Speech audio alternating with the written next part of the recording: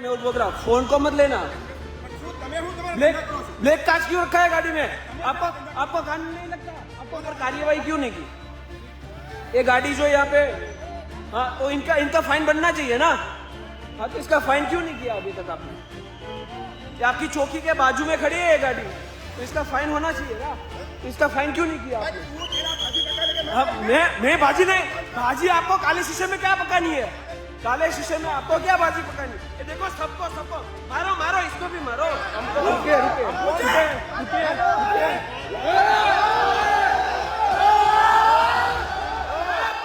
Live चालू કર્યો અને કેમેરા લઈ અને ગાડીની સામે ગયો તો સૌપ્રથમ તો જે ગાડી ચલાવનાર વ્યક્તિ છે એને ગાડી ચડાવવાનો પ્રયત્ન કર્યો મારા ઉપર।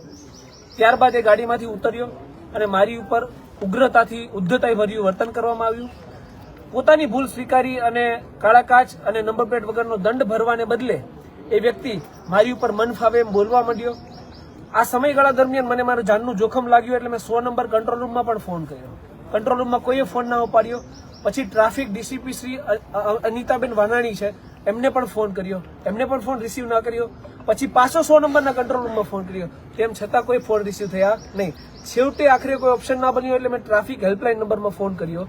એમાં જાણ કરી કે આનો દંડ લેવામાં આવે કાળા કાચ નંબર પ્લેટ વગરનો।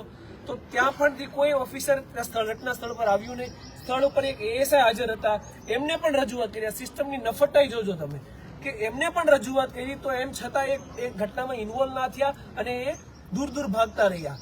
આ જે વ્યક્તિ છે જે ગાડીમાંથી ઉતર્યો હતો એને ફોન કર્યો, બીજા 3 ઈસમોને બોલાવ્યા। એ 3 ઈસમો આવ્યા અને પથ્થર લઈ અને અમારી ઉપર તૂટી પડ્યા। મારી સાથે જે લોકો હતા એમની પર હુમલા થયા। જે લોકો મને બચાવવા આવ્યા એમને પણ માર મારવામાં આવ્યો। તમામ જાહેર જનતાને પણ માર મારવામાં આવ્યો। એટલી આ સિસ્ટમની નફટાઈ છે। ત્યારબાદ હું મારા જાનને બહુ જ જોખમ લાગ્યું।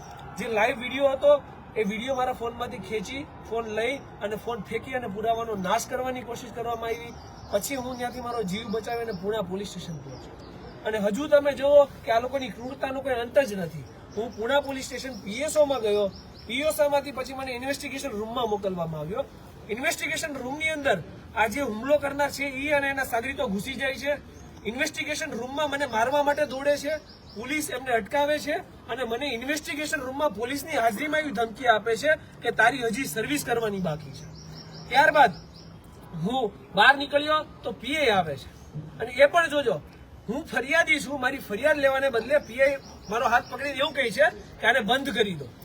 એટલે સિસ્ટમ ક્યાં સુધી આ જે લોકો માટે અવાજ ઉઠાવે છે એમને હેરાન કરે છે એ જોવું રહ્યું।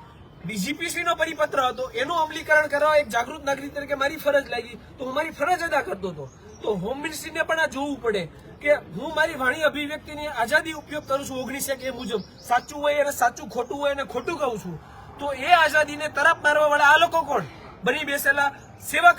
આ બની બેસેલા સેવકો છે, આ કોઈ સેવા કરવાનો ધંધો નથી કરતા। કાળા કાચની અંદર ગાડીઓમાં બેસી અને કાળા કાચમાં કાળા કામ કરી રહ્યા છે અને એ કામ બંધ થાય છે એટલે એમને તકલીફ પડે છે અને તકલીફના કારણે સિસ્ટમ અમને આ હદ સુધી હેરાન કરે છે। આ બીજો હુમલો મારી ઉપર છે અને પહેલા પણ એક હુમલો થયો છે।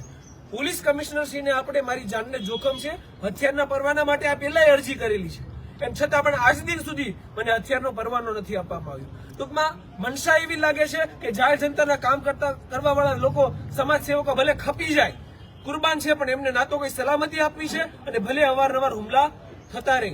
હોમ મિનિસ્ટ્રીને આપણા મીડિયાના માધ્યમથી મારું એક નિવેદન છે કે આ ઘટનાને ધ્યાનમાં લેવામાં આવે, ઉપરી અધિકારીઓ પાસે ઇન્વેસ્ટિગેશન કરવામાં આવે। બાકી અહીંથી તો કઈ થવાનું નથી, એક થાળીના ચટ્ટાપટ્ટા છે।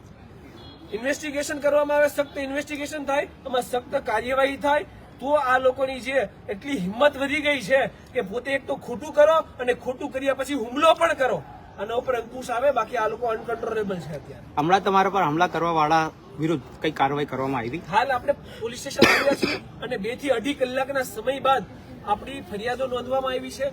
હુમલા બદલ, જે ફોન સ્નેચ કરવામાં આવ્યો એ બદલ, જે ધમકી આપવામાં આવી એ બદલ 4, 5, 6, 7 લોકો ટોટલ હતા।